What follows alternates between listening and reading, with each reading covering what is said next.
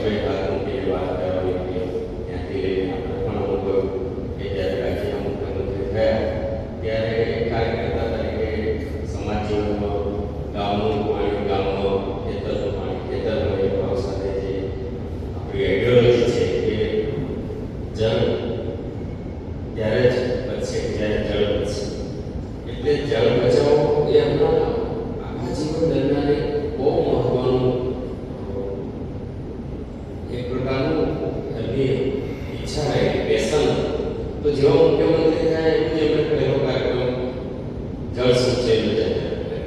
અને ગુજરાતમાં જે આપણે આટલા વર્ષથી જે દરેક ગામોમાં તળાવના કરવાથી માંડીને ગામનું પાણી ગામમાં ખેતરમાં જે પણ કુવા રિચાર્જ કરવાનું કામ થાય, અને હવે તો સરકારમાં પણ એ કેચ ધ રેન નામના એક મોટા પ્રકલ્પ સાથે આખા દેશમાં જો આ અભિયાન ચાલ્યું હોય તેના મૂળ પાયામાં આદરણીય રૂપાણી સાહેબનો વિચાર. તો એ એવા નેતા કે જે જમીની કાર્યકર્તાથી સમાજ જીવનના સુખ-દુઃખમાં ભાગીદાર થતા મોટી ભૂમિકામાં આવે, અને આવી મહત્વની ભૂમિકા ભજવતા પણ કાર્યકર્તા તરીકેનો એમનો ભાવ એ હંમેશા. એમની વાત કરવા માટે કદાચ આપણે તો હજુ યંગ કાર્યકર્તા છીએ, પરંતુ પૂર્વ એમની સાથેના કાર્યકર્તાઓ સાથે મળીએ ત્યારે આપણને ખ્યાલ આવે કે એક બેબીના કાર્યકર્તા ઇમરજન્સીની સામે સૌથી યુવાન હોય જેલવાસ રોકવાનો મામલતદાર ગુજરી જાય, ત્યાંથી સતત સંઘર્ષની હતા. તો આવા આપણા વડા દુર્ઘટનામાં જ્યારે દિવંગત થયા ત્યારે આપણે સૌ સાથે મળીને શ્રદ્ધાંજલિ પાઠવીએ છીએ. એક વાત હું ચોક્કસ કહીશ કે જ્યાં દુર્ઘટના થઈ ત્યારે જે કાર્ય ગુજરાતના આપણા વહીવટી અધિકારીઓ તમામ માનવ એ અદ્ભુત કાર્ય કર્યું છે. આપણે એને સરાહના કરવું જોઈએ, કારણ કે આ ડીએનએ મેચ કરવાનું કામ ખૂબ અઘરું છે. અમેરિકામાં 9/11ની ઘટના થઈ ત્યારે એનું ડીએનએ મેચ કરવાનું કાર્ય 3 વર્ષ સુધી છે.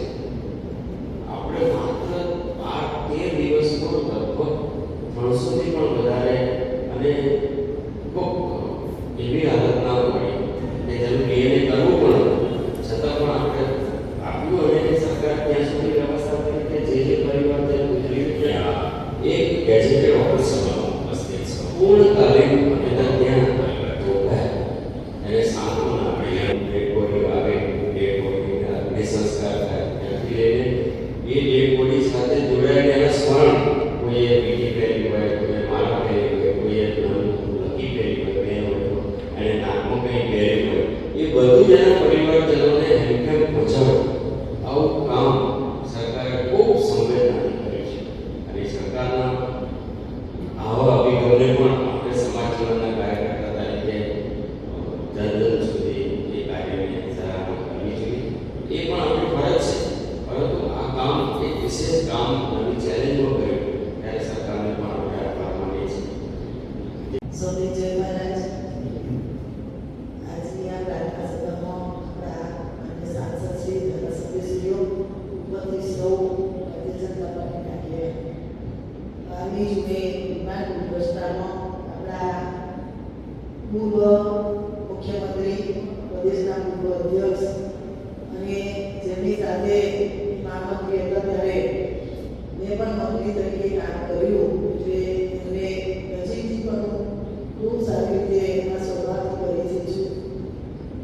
આપણા ખેડા જિલ્લાના 17 જેટલા વિમાન દુર્ઘટનામાં અવસાન પામેલા દિવંગત આત્માઓને, અને ટ્રેન દુર્ઘટનામાં જેટલા પણ અવસાન પામેલા છે બધા દિવંગત આત્માઓને વ્યક્તિગત રીતે ભારતીય જનતા પાર્ટી પરિવાર વતી શ્રદ્ધાંજલિ અર્પણ કરું છું.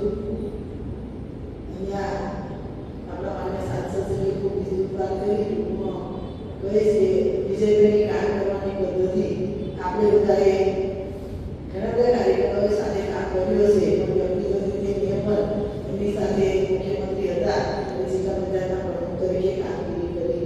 જિલ્લાની નાની નાની બાબત હોય, ગુજરાતની નાની નાની બાબત હોય, કે કાર્યકર્તાઓને એક એક વ્યક્તિને એ નામથી ઓળખતા હતા, અને એની કોઈ પણ પ્રશ્ન હોય તો એ ખૂબ ગંભીરતાથી લઈ અને એ કામનું અને